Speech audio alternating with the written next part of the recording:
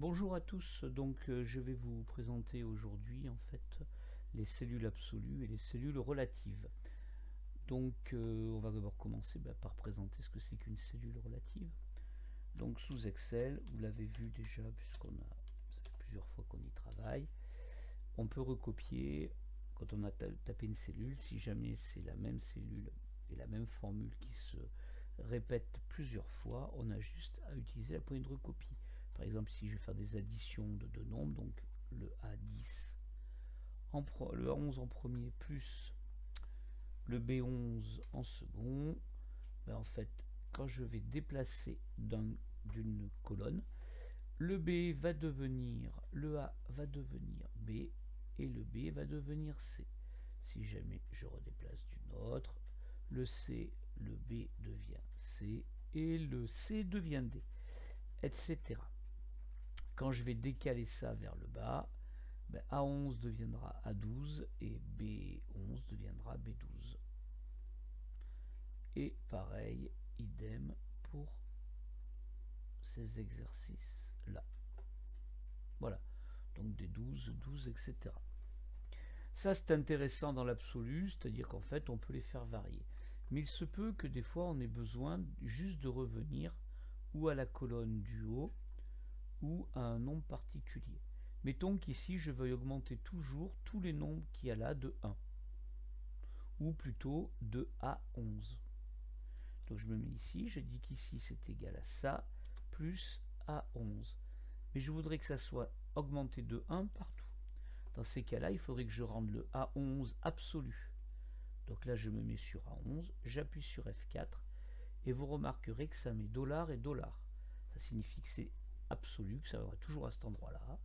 J'appuie sur Entrée, je peux recopier jusque-là, et ça met bien A11 partout. Et ce que j'ai fait là, je peux le recopier jusque là aussi, et je vais jusqu'en bas. Et en fait, on a bien le A11 qui est partout. Si jamais maintenant je voudrais, au lieu d'augmenter de 1 mes cellules, je veux augmenter de 6, j'ai juste à remplacer dans A11 1 par 6 et ça le fait automatiquement. Donc là, on parle bien de cellules absolues. Autre chose qui pourrait m'intéresser, donc je renlève tout ça.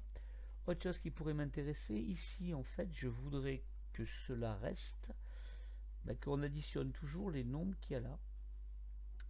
Donc, mettons, ici, je vais avoir une autre colonne, pardon. Je voudrais que ça, en fait, ça vienne uniquement une colonne qui est là. Ici, je vais avoir d'autres nombres qu'il y a ici, par exemple 4, 5.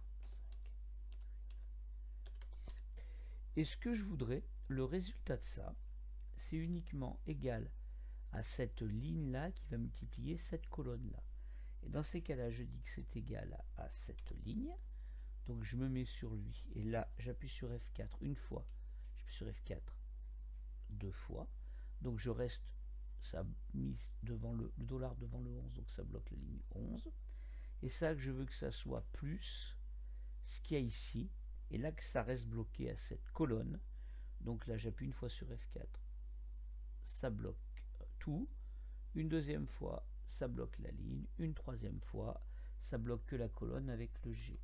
Ce qui veut dire que quand je vais recopier sur le côté, en fait, ça aura fait bouger là le B, ça sera bien le A deviendra bien le B. Par contre, ici, le G restera le G et ne deviendra pas le H. Pareil, quand je vais recopier vers le bas, le 11 restera au 11. Par contre, ici, le 12 deviendra le 13. Voilà. Ce qui veut donc dire que ça, je peux le recopier vers là et je peux le recopier jusqu'en bas. Et on a bien à chaque fois la même chose. Donc là, j'ai bien bloqué une ligne et j'ai bien bloqué une colonne. En résumant, je vais résumer ça. Donc si jamais je veux une cellule relative, elle s'écrira sous la forme A11. Une cellule absolue s'écrira sous la forme $A $11. une cellule relative, mais uniquement qui bloque que la ligne à $11, une cellule relative qui ne bloque que la colonne $A11.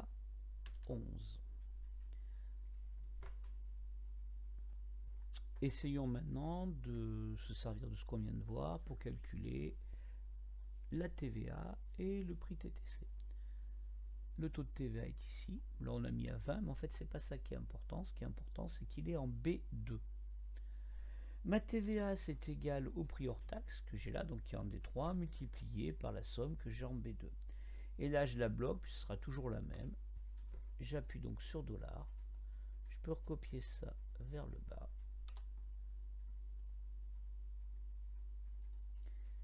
Et ça m'a bien mis $B, $2. J'ai exactement ici, donc par contre, il n'y a rien à faire de particulier.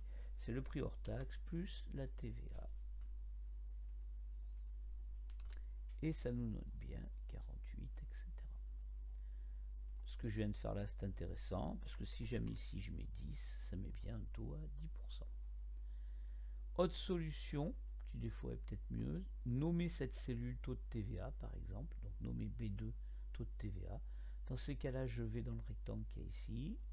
Là, je sélectionne le B2, j'appuie sur ce que je veux. Enfin, moi j'ai mis en majuscule, mais vous n'êtes pas obligé. Et je tape taux de TVA. Je n'oublie pas par contre d'appuyer sur Entrée. Ce qui veut dire que partout où j'irai maintenant, si je mets égal taux TVA, ben, oh, pardon, égal taux, j'ai oublié le X, taux de TVA, automatiquement ça me donne bien le 10% qu'il y a là. Si jamais j'avais mis 20, ça me donne bien le 20%. Passons à l'exemple 1. Ça c'est donc pour calculer le salaire des livreurs sur le semaine ou le week-end. Donc là on a le tarif à la semaine 86, le tarif le week-end 115. Ben, si jamais je veux avoir le total de la semaine, je fais égal, mettons pour Antoine, il a travaillé donc, où il a travaillé c'est en B6, que je multiplie par la semaine là, le B.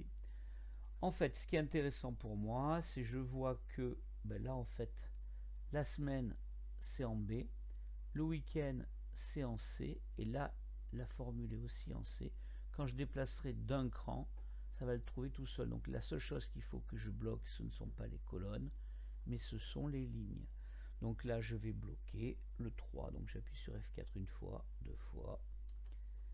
Ça je peux le recopier vers le bas, et je peux le recopier sur le côté,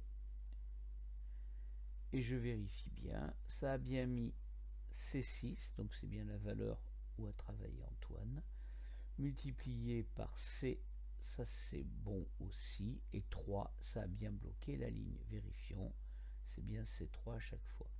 Le total, lui, ne fait pas appel à une formule, puisqu'il y a juste à faire ça plus ça. Donc on est en cellule relative, ça on peut le tirer jusqu'en bas. Ici, on fait une somme, par exemple, et somme qu'on recopie vers là. Voilà.